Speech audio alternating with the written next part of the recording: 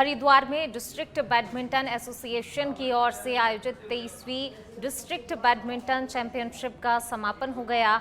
HRDA sports complex के indoor badminton court में 4 दिन तक करीब 200 महिला और पुरुष खिलाड़ियों ने इसमें प्रतिभाग किया। हरिद्वार रुड़की विकास प्राधिकरण के उपाध्यक्ष अंशुल सिंह ने चैंपियनशिप में बेहतर प्रदर्शन करने वाले खिलाड़ियों को मेडल और प्रशस्ति पत्र देकर सम्मानित किया। वहीं उन्होंने कहा कि वो चाहते हैं कि अल्मोड़ा की तर्ज पर हरिद्वार से भी अंतर्राष्ट्रीय स्तर के खिलाड़ी निकलकर आगे आएं। स्टेट बैडमिंटन एसोसिएशन ने कराया था, दूसरी बार डिस्ट्रिक्ट बैडमिंटन एसोसिएशन का ये टूर्नामेंट हुआ है एंड मैं आशा करता हूँ कि फ्यूचर में हम लोग और ऐसे टूर्नामेंट्स देख पाएंगे। सबसे अच्छी बात है 4 ग्रूलिंग डेज डिसिप्लिन बहुत था बच्चों में। जो 4 दिन लोग ने यहाँ खेला, डिसिप्लिन बहुत था, पेरेंट्स का सपोर्ट रहा, फैमिली सपोर्ट रहा, हमारे सपोर्ट स्टाफ का सपोर्ट रहा एंड मैं आशा करता हूँ कि ये बच्चे यही मोटिवेटेड रहें, डेडिकेटेड रहें। और हमारे पास टैलेंटेड बच्चे रहते हैं तो ऑलरेडी हमारी अकेडमी चल रही है, उसको हम कॉम्प्रिहेंसिवली ट्रेन कर रहे हैं कि जैसे उनकी स्ट्रेंथ ट्रेनिंग करा रहे हैं। यदि कोई प्रतिभावान बच्चे हमें दिखते हैं या फिर वो ऐसा प्रपोजल आता है तो उनका सिलेक्शन करके उनको हम लोग ऑफ आवर्स में they can take edge. Dwarahat नगर में त्रिस्तरीय पंचायत चुनाव को लेकर कांग्रेस पार्टी ने भी अपनी तैयारियां शुरू कर दी हैं और इसी को लेकर आज कांग्रेस पार्टी की ओर से एक निजी होटल में बैठक आयोजित की गई। इस बैठक में पार्टी के कार्यकर्ताओं को पंचायत चुनाव जीतने का मंत्र दिया गया। बैठक में पंचायत चुनाव प्रभारी कैलाश पंत ने कहा कि जिला पंचायत सदस्यों के लिए 3 क्षेत्रों में सहमति बनाते हुए प्रत्याशियों की लिस्ट प्रदेश कार्यकारिणी को भेजने की सहमति बनी है। कैलाश पंत ने मीडिया से बातचीत करते हुए कहा कि पंचायत चुनाव में कांग्रेस प्रचंड मतों से अपनी जीत दर्ज करेगी। तो वहीं इस बैठक में कई लोगों ने कांग्रेस पार्टी की सदस्यता ग्रहण की।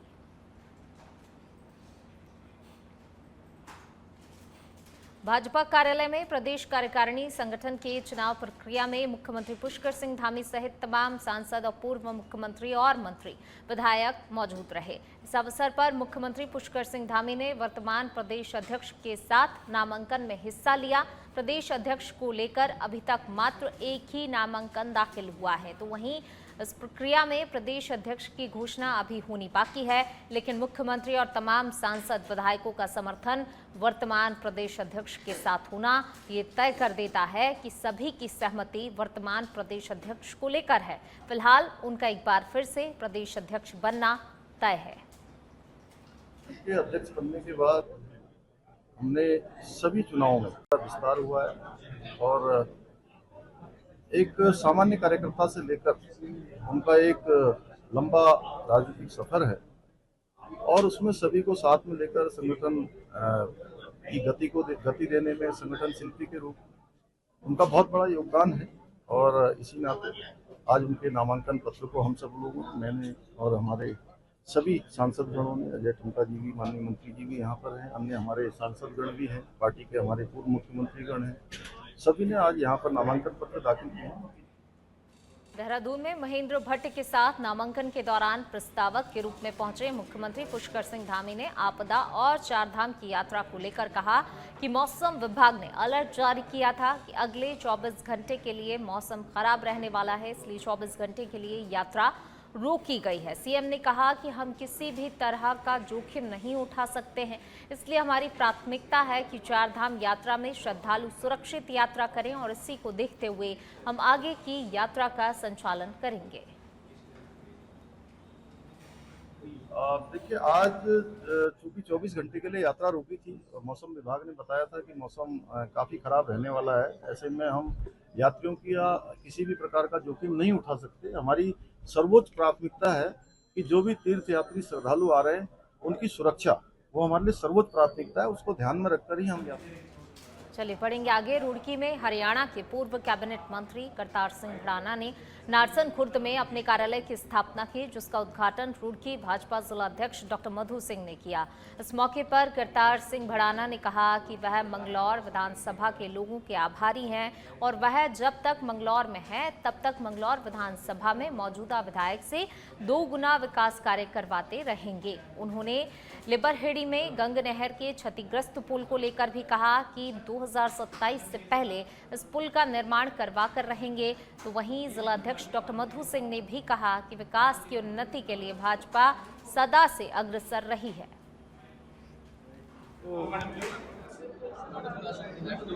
प्रभु के हुक्म से ही होती है, लेकिन मुझे इतना हुक्म जरूर मिला है ऊपर वाले से भी और सरकार से भी और पार्टी से भी कि मैं यहाँ सेवा करूँ।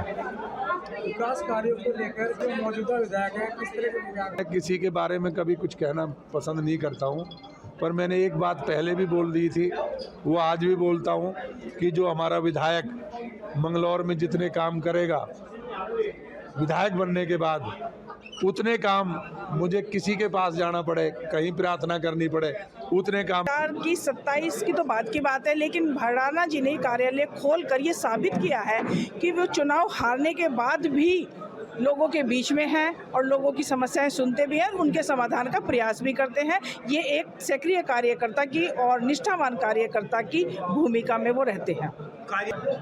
देखिए, हमारी पार्टी जिसे चुनाव लड़ाती है वो हारे या जीते उसे अपना विधायक मानती है और विधायक का दर्जा भी देती है। चलिए बढ़ेंगे आगे। गदर पूर्व विधायक और पूर्व शिक्षा मंत्री अरविंद सिंह पांडे एक बार फिर से मानवता और सेवा भाव की मिसाल बनकर सामने आए और उन्होंने राजनीति से ऊपर उठकर विपक्षी नेता अरविंद आर्य के परिवार की मदद करते हुए न्याय दिलाने में अपनी अहम भूमिका निभाई है।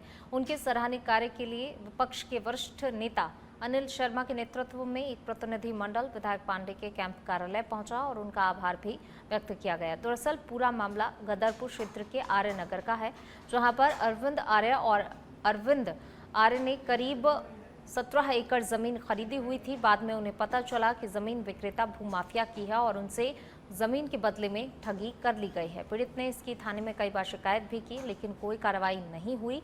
तब उसके बाद पीड़ित ने अरविंद पांडे से संपर्क किया, जिसके बाद विधायक पांडे ने इस मामले को लेकर गंभीरता से लेते हुए पीड़ित को इस मामले में न्याय दिलाया। मेरे साथी हैं अरविंद आर्य जी, उनकी प्रॉपर्टी का एक मामला बहुत फंस गया था। उन्होंने एक प्रॉपर्टी ली थी इधर कहीं बरेली साइड में, और उसका पैसा देने के बाद भी वो आदमी ज़मीन नहीं दे रहा था। उन्होंने कहीं पांडे जी से कहा होगा और पांडे जी ने पूरा भरसक उसमें मदद की, और मदद करने के बाद वो उसमें काफ़ी राहत मिली है और पैसा भी इनका रिटर्न हो गया है।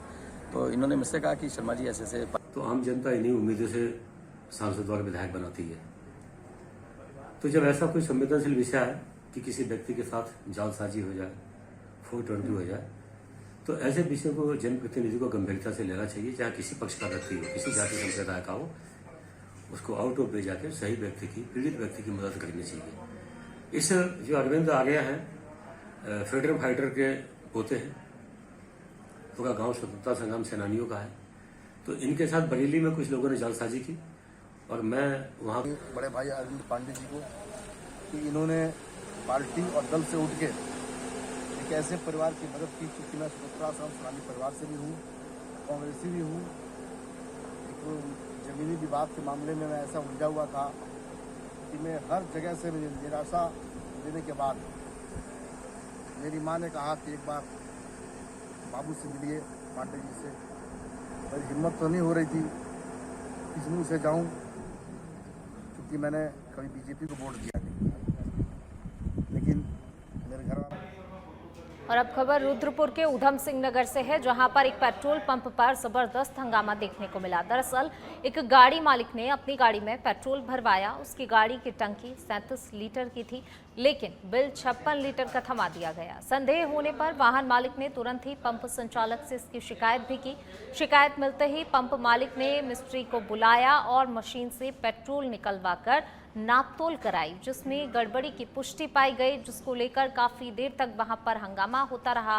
सूचना पर पहुंची पुलिस ने इस मामले की जांच की और गड़बड़ी मिली, जिसके बाद पुलिस ने पेट्रोल पंप की मशीनों को सील करने की कार्रवाई की। प्रदेश में कांवड़ यात्रा को लेकर पुलिस कप्तान परमेंद्र सिंह डोभाल ने आज हरिद्वार से नारसन तक कांवड़ पटरी का निरीक्षण किया। निरीक्षण के दौरान एसपी सिटी और ट्रैफिक एसपी सहित पुलिस बल उनके साथ मौजूद रहा। एसएसपी डोभाल ने बताया कि कांवड़ पटरी निरीक्षण के दौरान कौन कौन से मुख्य मार्गों पर पुलिस पिकेट तैनात की जाएगी और कहां से अतिक्रमण हटाया जाएगा, ये तय किया गया है। कांवड़ के दौरान आने वाले शिव भक्तों को कोई दिक्कत ना हो, इसको लेकर भी तैयारियां अब तेज कर दी गई हैं। मुख्यमंत्री का निरीक्षण, स्थलीय निरीक्षण किया जा रहा है। इसमें जो कांवड़ यात्रीगणों को किसी प्रकार से कोई असुविधा ना हो, उसको देखते हुए जो महत्वपूर्ण इनके जहाँ पर ये लोग रुकते हैं, ऐसे स्थानों को चिन्हित करके जहाँ पर इनके सैनिटेशन के जो अरेंजमेंट्स हैं, इनकी जो जलपान की जो व्यवस्थाएं हैं, ऐसे शिविरों को चिन्हित करके वहाँ पर सुविधाओं को देखा जा रहा है। साथ में किसी प्रकार से कोई इनको कांवड़ लाने ले जाने पहले की कोई असुविधा ना हो, इसको चलिए बढ़ेंगे आगे। प्रदेश में पिछले 24 घंटों से लगातार भारी बारिश का दौर जारी है। लगातार हो रही बारिश से पहाड़ी क्षेत्रों में आम जनजीवन पूरी तरह से प्रभावित हो गया है। बारिश से सड़कों पर मलबा और भूस्खलन से यातायात बाधित हो रहा है, जिससे ग्रामीण और शहरी क्षेत्रों के बीच संपर्क टूट गया है। भारी बारिश के कारण आपदा कंट्रोल रूम की जानकारी के अनुसार पीडब्ल्यूडी के 18 मार्ग बंद पड़े हुए हैं, जिन्हें खुलवाने के लिए जिला प्रशासन जेसीबी की मदद ले रहा है। वहीं भारी बारिश के कारण अलकनंदा नदी का जलस्तर भी तेजी से बढ़ रहा है, जिससे बाढ़ जैसी स्थिति होने की आशंका है। दृष्टिगत पूरी तैयारी है, जो वाटर लेवल की जो रेगुलर मॉनिटरिंग भी की जाती है, और अगर एक डेंजर लेवल से ऊपर जाता है तो उसके लिए अलर्ट भी जारी किए जाते हैं। और जो भी हमारे इनके पूर्व हमारे द्वारा जो है कि विभिन्न मोटर मार्गों पर 8 मशीनें हमारे द्वारा कार्यरत हैं इस टाइम, और ऑटो मशीन जो है कार्य कर रहे हैं विभिन्न मोटर मार्गों पर, और हमारे ड्रेन आउट कर रहे हैं, जैसे माइनर स्लिप्स वगैरह हटा रहे हैं, और साथ साथ में जहाँ पर ड्रेन की आवश्यकता है उनको भी बना के जो पानी को वहाँ डाइवर्ट कर रहे हैं, और हर मार्ग को जो है टाइम से खोलने के लिए हम पूरी तरह प्रयास। इनके पूर्व हमारे द्वारा जो आपदा की दृष्टि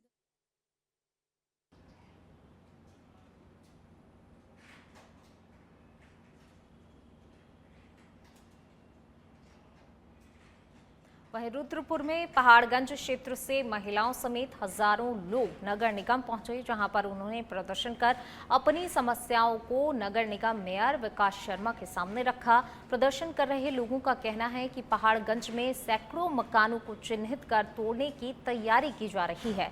अब बारिश का मौसम शुरू हो चुका है और इस वक्त मकान तोड़े गए तो हम लोग खुले आसमान के नीचे आ जाएंगे। वहीं मेयर ने उनकी समस्याओं को सुनते हुए कहा कि जिनके मकान नाले या नदी के किनारे अति संवेदनशील स्थानों पर हैं, उन्हें पहले किसी अन्य सुरक्षित स्थान पर बसाया जाएगा, फिर नियमानुसार कार्रवाई की जाएगी। मेयर ने कहा कि नगर निगम जनता की परेशानी को समझता है और हर संभव समाधान के लिए प्रयासरत भी है। हमारे विकास अधिकारी द्वारा नोटिस बांटे गए हैं, तो मेयर साहब ने हमें आश्वासन दिया घर किसी के नहीं तोड़े जाएंगे। जो नदी किनारे फंसे हुए हैं खाली वो हटाए जाएंगे, वो भी अभी नहीं, जब बरसात खत्म हो जाएगी उनको पहले मकान दिया जाएगा दूसरी जगह पे, उसके बाद नदी किनारे वालों को भी हटाया जाएगा वहाँ से। और हाँ, मेयर साहब ने हमें भरोसा जताया किसी का मकान नहीं टूटेगा और पब्लिक को घबराने की जरूरत नहीं है, किसी का कुछ नहीं होने वाला है। देखिए, पहाड़गंज के अंदर कुछ नोटिस प्राधिकरण की तरफ से बटे हैं, उनके नक्शे को लेकर वो हमारे पास आए थे कि हमारे मकानों को बचाया जाए, ना तोड़ा जाए। तो अभी मैं जिला विकास प्राधिकरण में बात करता हूँ, वहाँ वीसी साहब से बात करता हूँ, सचिव साहब से बात करता हूँ कि आखिर क्या इनका रास्ता निकल सकता है, और जो बरसों बरस से लोग रह रहे हैं कम से कम उन्हें ना तोड़ा जाए। लेकिन जो नदी किनारे बैठे हैं, माननीय मुख्यमंत्री जी ने भी कहा है कि नदी किनारे वाले लोगों को हम नहीं बसने देंगे, क्योंकि उससे कहीं ना कहीं पानी भरता है, दूसरों के घर डूबते हैं, नुकसान। उत्तराखंड में बाढ़ प्रबंधन को लेकर प्रदेश के 5 जिलों में मॉक ड्रिल का आयोजन किया गया। मॉक ड्रिल कर व्यवस्थाओं को जांचा और परखा गया और मॉक ड्रिल हरिद्वार, उधम सिंह नगर, नैनीताल, चंपावत और देहरादून में हुई। इस मॉक ड्रिल में आपदा प्रबंधन विभाग, जिला प्रशासन, एसडीआरएफ, एनडीआरएफ, पीडब्ल्यूडी सहित आपदा प्रबंधन से जुड़े विभिन्न एजेंसियों ने भाग लिया। राज्य आपातकालीन परिचालन केंद्र में मॉक ड्रिल का निरीक्षण कर आपदा प्रबंधन सचिव विनोद कुमार सुमन ने जायजा लिया। तो वहीं देहरादून के एसडीएम हरी गिरी ने मॉक ड्रिल को लेकर कहा कि आपदा प्रबंधन को लेकर जिला प्रशासन पूरी तरह से तैयार है। एक सूचना मिली थी कि जो हमारा एक सपेरा बस्ती है, तो सपेरा बस्ती से लगा हुआ जो हमारा एक नाला है, उस नाले में तो रात भर बारिश की वजह से ओवर फ्लो है, अभी बारिश भी चल रही है, और साथ साथ में जो नाले का एक पोर्शन है वो डैमेज हो करके नाले में गिर गया, और साथ साथ में कुछ पेड़ गिर गए। उस ब्लॉकेज की वजह से जो लगे हुए बगल में एक मकान है वो रह गया है, और उसमें कुछ लोग इंजर्ड हैं, दबे हुए हैं, और साथ साथ में जो लगे हुए घर हैं, करीब 7-8 घर हैं, उसमें बहुत पानी भरा हुआ है। तो इसको देखते हुए जैसी सूचना आई है तो मैं मौके पर पहुँचा। उसके बाद जो हमारे जो लाइन डिपार्टमेंट्स हैं तो स्टेजिंग एरिया से उनको सब डिमांड करते हैं NDRF, SDRF, फायर और हमारे हेल्थ और लोकल पुलिस की मदद से। तो पहले हमने जो अपना ब्लॉकेज था वो कम किया है, पानी का फ्लो कम हो गया है और तो पानी का लेवल कम होने के बाद जो इंजर्ड जो है जिस परिवार को जिस मकान को गिरा है उसमें हमारी NDRF की टीम रेस्क्यू कर रही है। और अब खबर गदरपुर से है, जहां पर आपदा प्रबंधन विभाग ने मानसून के दौरान बाढ़ प्रभावित अति संवेदनशील क्षेत्रों में आपदा से निपटने एवं पूर्व तैयारी के मद्देनजर हरिपुरा जलाशय में मॉक ड्रिल का आयोजन किया। परगना मजिस्ट्रेट डॉक्टर अमृता शर्मा ने कहा कि मॉक ड्रिल के माध्यम से राहत एवं बचाव कार्यों को कराया गया, जिसमें NDRF, SDRF, डॉक्टरों की टीम के साथ साथ पुलिस प्रशासन और राजस्व टीम शामिल रही। ये आपदा प्रबंधन का एक मॉक ड्रिल का आयोजन किया गया था और जिसमें हमारी मेडिकल स्वास्थ्य विभाग की टीम से डॉक्टर संजीव सरना जो हमारे प्रभारी चिकित्सा अधिकारी हैं CHC गदरपुर से और बाकी डॉक्टर्स की टीम, मेरा डॉक्टर प्रशांत चौहान और डॉक्टर विकास सचान, हमारी टीम द्वारा इसमें प्रतिभाग किया गया और एक व्यवस्था इस तरीके से बनाई गई कि 20 लोगों के लगभग 1-2-3 परिवार जिसमें मान के चलते वो हरिपुरा जलाशय में बाढ़ के अंदर डूब गए थे या फंस गए थे। उनको पहले NDRF की टीम द्वारा निकाला गया, उसके बाद फिर हमारे द्वारा उनको एम्बुलेंस के द्वारा पहले वहाँ पे प्राइमरी एड दिया गया। उसके अतिरिक्त फिर हम यहाँ बच्चों को लेकर के रिगार्ड में मैं और अन्य मेरे 9 साथी यहाँ पे आए हुए थे। स्टेजिंग एरिया हम लोगों ने इस्टेब्लिश किया। स्टेजिंग एरिया में हम लोगों ने जो बोट होती है, पहले से ही पता था कि पानी वाला सिनेरियो है, तो हम लोगों ने पानी वाला जो भी हमारा उपकरण होता है वो लेके आए थे, जैसे बोट हो गया, लाइफ बॉय हो गया, लाइफ जैकेट हो गया और इम्प्रोवाइज डिवाइस होते हैं। तो हम इसको लेके इंसिडेंट साइट पर पहुँचे थे, जो कि यहाँ से स्टेजिंग एरिया से 300 मीटर की दूरी पर था। हमारे रेस्क्यूअर्स वहाँ पहुँचे और हम लोगों ने टोटल 25 लोगों को जो रेस्क्यू किया, उसमें से 20 अडल्ट थे, 5 चिल्ड्रन थे। बीजेपी के प्रदेश अध्यक्ष के तौर पर एक बार फिर से महेंद्र भट्ट का नाम लगभग फाइनल हो चुका है। आज बीजेपी प्रदेश कार्यालय में भाजपा प्रदेश अध्यक्ष के नामांकन की प्रक्रिया हुई। इस प्रक्रिया में सिर्फ बीजेपी के मौजूदा प्रदेश अध्यक्ष महेंद्र भट्ट ने हिस्सा लिया, तो वहीं महेंद्र भट्ट के नामांकन के दौरान सीएम धामी भी वहां पर मौजूद रहे।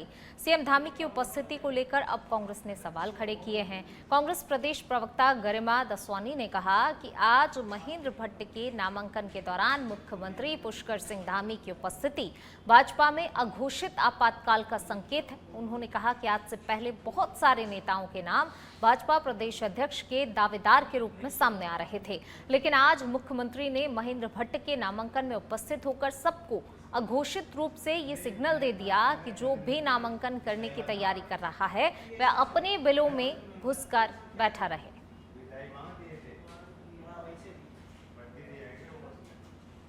भाजपा का दीन ईमान सब कुछ बिक गया ऐसा लगता है, क्योंकि इन्होंने कहा था कि हमारे वहां एक व्यक्ति एक पद की नीति पर हम चलेंगे। हमने 2012 से 17 के बीच में देखा कि अजय भट्ट जी नेता प्रतिपक्ष भी थे और अध्यक्ष भी थे।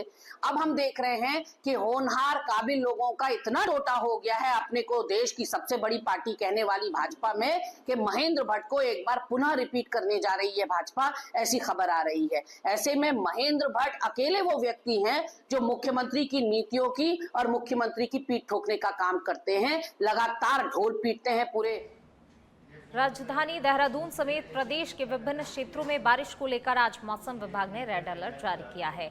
तो वहीं भारी बारिश की चेतावनी को देखते हुए मुख्यमंत्री पुष्कर सिंह धामी ने भी सभी संबंधित अधिकारियों को हाई अलर्ट पर रहने के दिशा निर्देश दिए हैं। मॉनसून को लेकर देहरादून पुलिस प्रशासन भी अपनी कमर कस चुका है। ऐसे क्षेत्रों में जहां पर भारी बारिश के चलते नुकसान हो सकता है, वहां पर लाउड स्पीकर के जरिए पुलिस प्रशासन द्वारा आम जनमानस को जागरूक किया जा रहा है। जिस तरह से बरसात का सीजन और कुछ लगातार इसमें अलर्ट जो मौसम विभाग द्वारा दिए जा रहे हैं, चाहे वो येलो अलर्ट के रूप में हो या भारी बारिश के संबंध में दिया जा रहा है, इस संबंध में माननीय मुख्यमंत्री जी ने एक बैठक करी थी। इसमें सभी अधिकारियों को, जो स्टेक होल्डर्स हैं, खासकर पुलिस प्रशासन, आपदा से संबंधित जितने भी विभाग हैं, सभी को निर्देश जारी हुए हैं कि आगामी 2 माह तक जिस तरह यहाँ भारी बारिश की संभावना रहती है और पर्यटक सीजन भी चल रहा है, चारधाम यात्रा भी चल रही है, आगामी कांवड़ यात्रा भी है, सभी अधिकारियों को हाई अलर्ट पर 24 hours 24x7 hours per alert रहने को बताया गया। इसी को देखते हुए कल भी जो जिस तरह की भारी बारिश देहरादून शहर में देखी गई और आउटर इलाकों में देखी गई, जहाँ पर 2 मकान गिरने की बात थी और एक 4 मंजिला मकान के कुछ नीचे भी कुछ डैमेजेस हुए थे और कुछ रोड्स भी यहाँ पर डैमेज हुई थी। इसको देखते हुए लगातार जो हमारी पुलिस प्रशासन प्रदेश में बरसात का मौसम शुरू हो चुका है। लगातार देहरादून समेत उत्तराखंड के कई जिलों में बारिश हो रही है। राजधानी में लगातार हो रही बारिश तबाही भी ला रही है।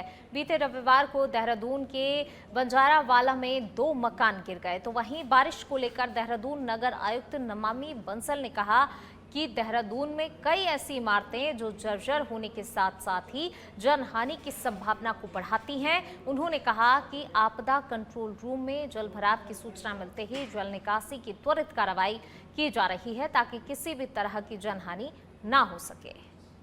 कि जो भी इस प्रकार के आइडेंटिफाइड स्ट्रक्चर्स हैं जिनमें कि जनहानि की स्थिति है, उन सभी में पहले ही अवगत कराते हुए खाली कराने के कार्रवाई लगातार समय समय पे की जाती रही है। और वर्तमान में भी जो कल देखा गया था आईटी पार्क में इस प्रकार की स्थिति थी, तो एमडीडीए के द्वारा, क्योंकि उनके अधिकार क्षेत्र में था, तुरंत तत्काल प्रभाव से भवन को खाली कराते हुए कार्रवाई की गई। नगर निगम द्वारा भी उसमें जल निकासी हेतु ड्रेन की व्यवस्था की गई। समय समय पर इस प्रकार के जितनी भी इस प्रकरण संज्ञान में आ रहे हैं उसमें त्वरित कार्रवाई करते हुए जल निकासी के संबंध में और साथ ही जनहानि